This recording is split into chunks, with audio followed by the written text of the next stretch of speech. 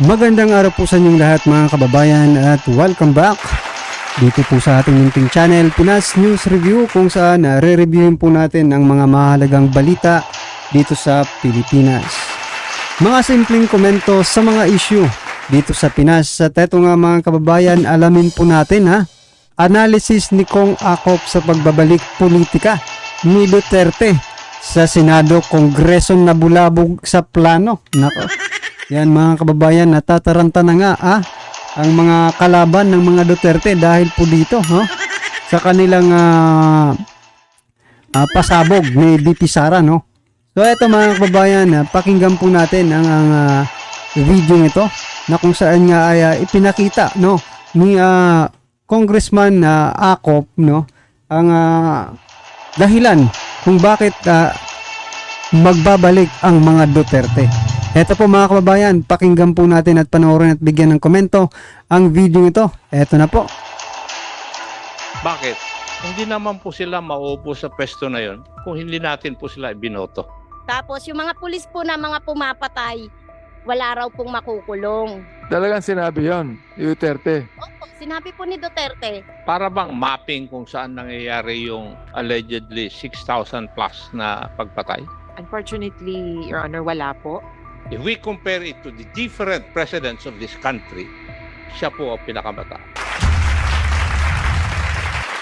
I was intrigued by the statements of Sister Leonor. Totoo po yung sinabi niyo that during that time when kumbaga ito yung pinakamalaking issue, we remained silent. Tanggapin na po natin yun. Totoo naman kung totoo, aminin po natin.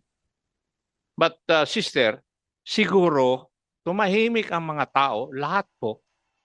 Dalawang bagay lang po yun sa aking analysis. Number one, it's because of fear. The other reason is because of the approval of certain sectors of society. May I explain? Yung approval ng certain sectors of society, sinasabi noon ng mga tao na nasa barangay, tumahimik yung lugar nila. Nakakalakad na po yung anak nila, nakakauwi kahit sa gabi na naglalakad. So, merong approval ng ibang sektor ng ating society nung panahon na yon. And maybe ito po yung mga rason kung bakit may katahimikan. Because of these two reasons. Yun lang po ang aking analysis. Kasi I think it was on my last term, last 3 years ko, sa first run ko sa Congress nung nangyari ito. Hindi rin po natin masasabi na kasalanan ng mga leaders natin yon. Sister, kasalanan po natin Bakit? Hindi naman po sila mauupo sa pwesto na yon kung hindi natin po sila ibinoto. Di po ba? Opo. Kahit hindi natin ibinoto, for your information, we are a democratic country where the majority rules. Di po ba? Kahit hindi natin siya ibinoto, pero siya po ang nanalo. And we are a democracy. Majority rules. So, these people came into power and their policies were the ones implemented. So, ganun po yun ang nangyari. Now, kung titignan po natin yung ating niluklok, if we compare it to the different presidents of this country, siya po ang pinakamata. History will tell us. And up to now, if you ask the ratings, meron pa rin siyang sizable na popularity. Hanggang ngayon. O sabi nga ni Congressman Franz at saka si Congressman Adjong, sinabi nila, they will run for the Senate. So, nasa inyo na ngayon iyong desisyon. The other one, Attorney Conti, I think you will bear me right, na iisa lang po yung MO modus operandi ng mga pulis. Pag namatay, sabi, nakipag self-defense. Tapos may lalabas na sachet ng illegal drug. Tapos normally, 38 caliber na revolver. Defaced ang serial number.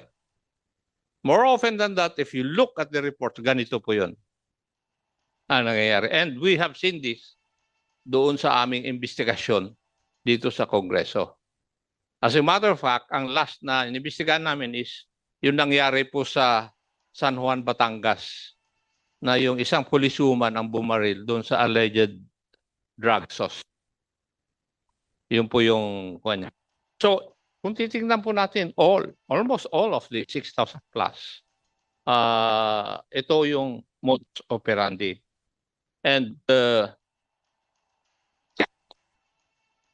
may carry over pa rin yung MO na yan. Why? Because we have received reports na yung may mga alleged bypass operations, pero hindi bypass operations ang nangyayari. Kinikidnap na nila yung tao, tapos sinasabi nila bypass operations. Oh. Ganito, realizing what has happened, palagay ko, maniniwala na ako that the war on drugs is quite deceitful. Oo. Why po deceitful? Sapagkat hanggang ngayon marami pang drugs Oo. Hanggang ngayon, hindi pa natatapos yan. Ang kagandahan lang po ngayon sa bagong administrasyon na ito, in the last 2 years, walang napatay.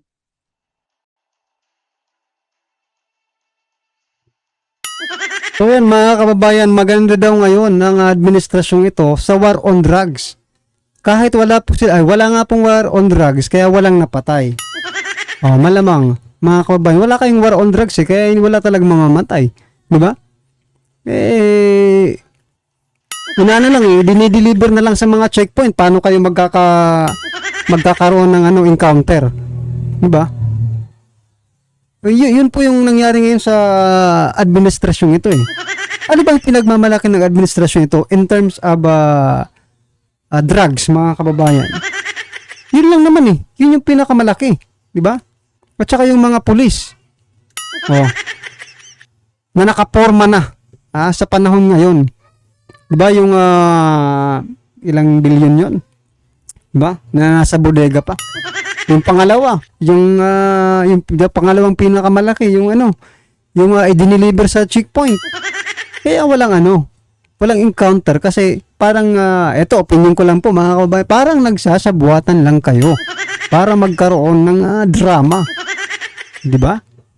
Yun po yun At tama po si Kung Akop. Dahil po sa ating lahat na bumoto kay PRRD, kaya nagkaroon ng war on drugs. Kasi nung una pa lang, sinabi niya na po na magkakaroon ng war on drugs. Ngayon, tatakbo po uli ang mga Duterte. Sa Senado. Nasabi nga po ni Kung Akop, nasa inyo na ngayon ang desisyon. Kung gusto nyo pang maibalik yung dati na matahimik, sinasabi ng mga barangay na tumahimik po dito sa amin. Anong sinasabi? Noon yon nung dating administrasyon. Kaya anong sinasabi ngayon, mga kababayan? Nako, nagsibalikan po ngayon. Diba? Yun pong sinasabi sa barangay. Ewan ko lang kung saan barangay kayo nakatira, pero yun po ang kadalasan sinasabi ng mga barangay. Na nagsibalikan na naman. Kung kayo po ang tatanungin, mga kababayan, gusto nyo ba ng matahimik or gusto nyo magsibalikan ulit? Yung mga loko-loko or mga adikto sa ating barangay. Diba? Kung gusto nyo po ng katahimikan, tatakbo po ang mga Duterte sa Senado at tarantang-taranta na po ang mga hinayutak ng mga kalaban ni Duterte. Diba? Approve pa sa inyo na tumakbo or maging senador ang mga Duterte. Pero limited pa rin yung power niyan kasi senador lang, hindi ka presidente. Pero abangan lang po natin sa 2028 baka may isang Duterte, ha, na maglakas ng loob at tumakbo ulit, ha, sa pagka-presidente. Diba? Mayroon din naman ay pero kakaunti lang. Kakaunti lamang. Oho. At nakakakuha tayo ng tonelada ng mga drugs sa iba't ibang lugar sa So yun nga po mga kababayan, tonelada. Kami, wag nyo kaming paglulukohin. Diba? Niloloko nyo yata ang taong bayan. Toneladang walang encounter na mangyayari. Diba? Lugi po ang negosyo niyan. Hindi po ganyan ang nangyayari mga kababayan. Kahit nga yung isang sasila nagpapatayan nga eh. Yan pang tonelada, walang protection na ipapadala kung magdi-deliver mo. Diba? Mag-aminan na po tayo mga kababayan. Yung 1 kilo nga nagugurguran na eh. Sa 1 kilo lang. Etong maniniwala ba kayo dito? Diba? Na tonelada. Sa bagay, nangyari eh. Maniniwala tayo kasi to see is to believe. Maliban na lang kung drama lang. Diba? At sa palagay nyo ba, yung mga kapitalista niyan, diba? Yung mga kapitalista niyan, diba? Hindi ba nila isisecure yung toneladang yan? Ha? Pera rin ang puhunan nila yan. Diyan. Yan ha.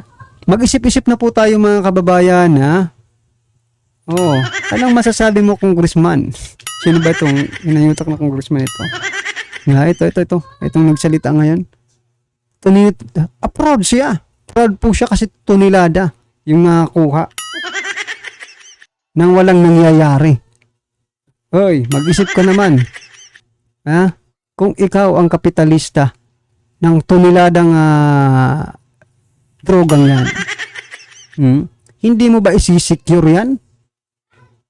Kung yung gramo nga lang isinisecure pa eh. Kilo, isinisecure. Huwag nyo pong lukuhin ng taong bayan. Yan mga kababayan, tandaan nyo po ito. Itong congressman ito, kung tumakbo pa ulit ito, isabay nyo na sa Ilodoro ito. Ginagawa tayong tanga. Diba? Sa bagay, pag pakinggan mo talaga siya, tama siya eh. Diba? Tama po talaga siya. Na safe po ang lahat. Nagkaroon lang ng palitan. Nagkaroon lang ng a checkpoint lang. Yan mga kabayan, sa mga PNP natin checkpoint lang po ang kailangan. Para maubos ang mga droga dito sa bansa. Mag-checkpoint po kayo palagi. Kasi yan po ang susi para masugpo ito. Katanga naman itong mga na to. Sa palagay niyo po ba dahil sa ginawa ninyo magdadala pa sila sa mga checkpoint? Ay nako, talagang niloloko tayo mga ka-review, no? Akala siguro nila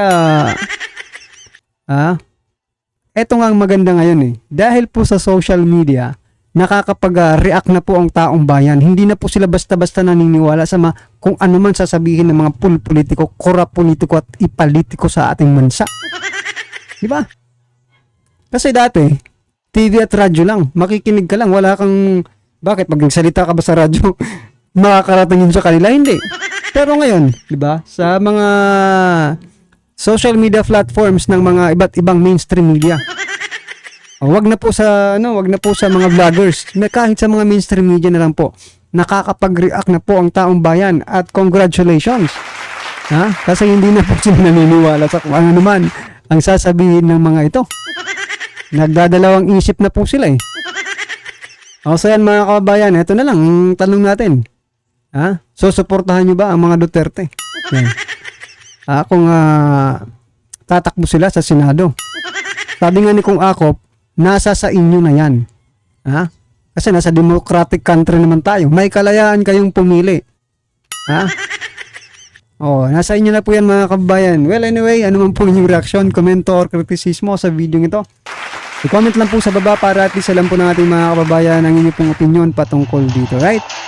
Alright, mag-subscribe din po kayo kay News Files. Nasa description po ang full video link ng video ito. Subscribe na po kayo kay News Files. Maraming salamat po.